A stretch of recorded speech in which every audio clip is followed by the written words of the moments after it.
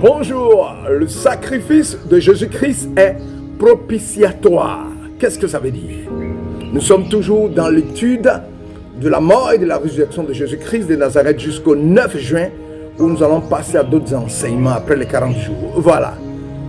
La première chose que nous devons savoir, c'est que le sacrifice de Jésus-Christ est propitiatoire.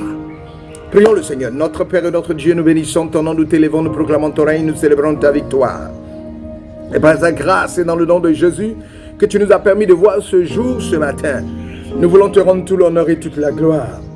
Nous voulons que de la même manière que ton règne est assis dans le ciel, que ton règne descende sur la terre, que tu règnes sans partage dans le cœur des êtres humains, pour que l'humanité soit transformée et soit menée au salut dans le nom de Jésus. Ce matin, étant aimé, remplis-moi de ta présence afin que je sois édifié par cette parole, les frères et les sœurs édifiés, et pour que ton seul nom soit glorifié au nom de Jésus. Alléluia. Amen. Voilà. Bonjour. Votre serviteur Michael Boguy là pour partager la parole de Dieu avec vous ce matin dans le nom puissant de Jésus. Oh, ma joie est débordante de partager cette parole. Voilà. Le sacrifice de Jésus-Christ est expiatoire. Qu'est-ce que cela veut dire? Nous allons d'abord définir ce qu'est le sacrifice. Ensuite, définir ce qu'est le mot propitiatoire. Voilà. Avant de commencer la prêche proprement dite. Voilà. Quelle définition nous donner du sacrifice? Je l'ai déjà donné. Le sacrifice est une offrande ayant un but spirituel. Au cours de ce acte, la victime est offerte pour l'expiation des fautes commises. Dans l'évangile, le sacrifice expiatoire de Jésus-Christ est aussi la manifestation de l'amour de Dieu pour l'humanité. Victime innocente, le Christ a donné sa vie pour la multitude en rémission des péchés. Voilà la définition biblique que nous pouvons avoir de ce qu'est le sacrifice. Voilà. Maintenant, le mot propitiatoire, qu'est-ce que cela veut dire? Prophétiquement parlant, le propitiatoire est le lieu de manifestation de Dieu. Le propitiatoire symbolise le siège de la présence et du pardon de Dieu. Voilà. Donc le monde, il faut que si on doit répartir dans l'historicité du mot propitiatoire, on dira le monde romain dans le 1er siècle avait cette expression propitiatoire comme un mot commun. Parce que dans leur point de vue polythéiste, puisque les Romains croyaient en plusieurs dieux, ils croyaient que tous ces dieux et ces déesses avaient une colère contre eux. Et donc dans leur prière, dans leur essai, dans leur volonté d'appuyer ces dieux-là, de savoir les faveurs de ces dieux, ils apportaient une offre à ces différents temples, des offrandes à ces différents temples. Et cette offre était le cadeau fait pour enlever la haine de ce Dieu ou de cette déesse sur leur vie. Voilà, ça c'est de façon historique dans le monde des Romains. Et cette offre a été appelée une propitiation. Et nous avons appris dans le livre des Romains, au chapitre 3, verset 25, que Dieu lui-même, le Père, a mis en place le Fils comme offre de la peine pour enlever sa colère. Colère à cause du péché adamique, bien sûr. Donc Jésus est notre propitiation. Non seulement pour nous, mais aussi pour les peines du monde entier. Donc Jésus est la propitiation du monde entier. Son sacrifice est un sacrifice propitiatoire. Donc le sacrifice de Jésus est destiné à amener Dieu à être favorable à nous les humains. Jésus est offert en propitiation pour la rémission de nos péchés. Alors le sacrifice de Jésus rend Dieu favorable ou propice à nous. C'est-à-dire, nous étions coupés de Dieu. Dieu était en colère comme nous. Christ, quand il vient mourir, il enlève la colère de Dieu. Il rend Dieu favorable à notre vie. Il nous révèle son amour et nous permet d'avoir accès à ses bénédictions et à la cité céleste. Donc la mort de Christ nous ouvre les portes du cœur de Dieu. Sous la loi, après avoir offert tous les sacrifices dans le tabernacle, le souverain sacrificateur se retrouvait devant le propitiatoire pour rencontrer Dieu. C'est lui que Dieu a destiné par son sang à être, pour ceux qui croiraient, victime expiatoire, de manière à être juste, tout en justifiant celui qui a la foi en Jésus.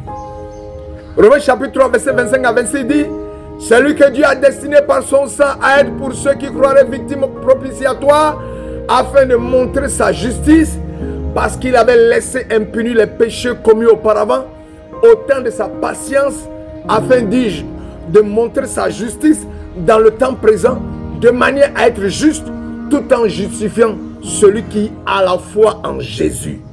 Voilà. C'est la raison de notre communion avec Dieu.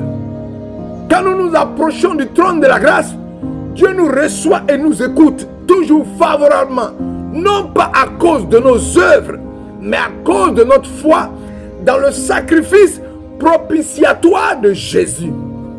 Lorsque Dieu pose son regard sur nous, c'est toujours un regard favorable à cause du sang de Jésus, le sang versé à la croix de Jésus. Le sacrifice nous révèle l'étendue de l'amour de Dieu, l'étendue de l'amour de Christ.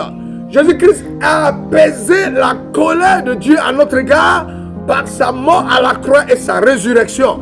Oui, grâce à Jésus-Christ, nous avons accès au Père. Dans le Nouveau Testament, le voile du temple à Jérusalem s'est déchiré en deux, du haut en bas, au moment de la mort de Jésus. Cet événement est mentionné dans le livre de Matthieu, chapitre 27, verset 51. Le voile du temple qui se déchire à la mort de Jésus symbolise l'ouverture du chemin vers Dieu. Un accès qui était auparavant interdit à tous, sauf aux grands prêtres. Ce voile qui sépara le lieu très saint du lieu saint représente désormais la frontière abolie grâce au sacrifice de Jésus-Christ. Il indique que tous les hommes peuvent désormais accéder directement à Dieu en Jésus-Christ s'ils l'acceptent. Donc Jésus est le sacrifice propitiatoire qui a enlevé la colère de Dieu, a ouvert les portes de l'Éternel pour que nous puissions avoir accès à lui. Donc tu n'es pas obligé dans ta prière de demander à un pasteur de prier pour toi, de demander à un frère Christ de prier pour toi. Tu peux te mettre à genoux, tu as accepté Jésus-Christ de Nazareth et prier, et tu parles au Père à travers Jésus et il écoute ta prière.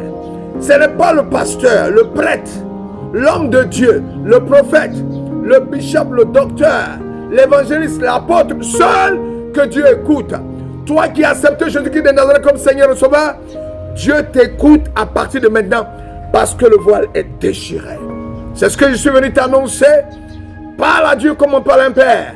Et il écoute tes prières, il t'exauce. Tu n'as pas besoin de demander que quelqu'un prie pour toi. Tu n'as pas besoin du remède de quelqu'un.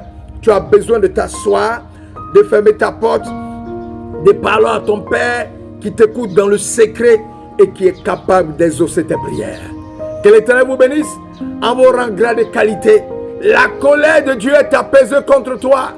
La colère de Dieu a disparu. La colère de Dieu a été effacée par le sang de Christ.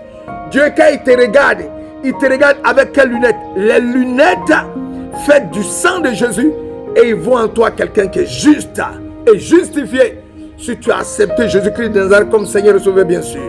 Que l'Éternel te bénisse. Il vous bénisse vous tous en vos rangs grades de qualité qui soit avec vous tout au long de ce jour. Demain, nous continuons la prêche de Jésus-Christ de Nazareth, sa mort et les bienfaits de sa mort dans le nom puissant de Jésus-Christ de Nazareth. Oh, je suis dans la joie de partager la parole de Dieu avec vous. Soyez bénis en vos rangs grades de qualité, que vos familles soient bénies, vos enfants bénis, et que la grâce de Dieu vous accompagne, il vous poursuive cette grâce-là, et que les plans de Satan soient détruits dans le nom de Jésus.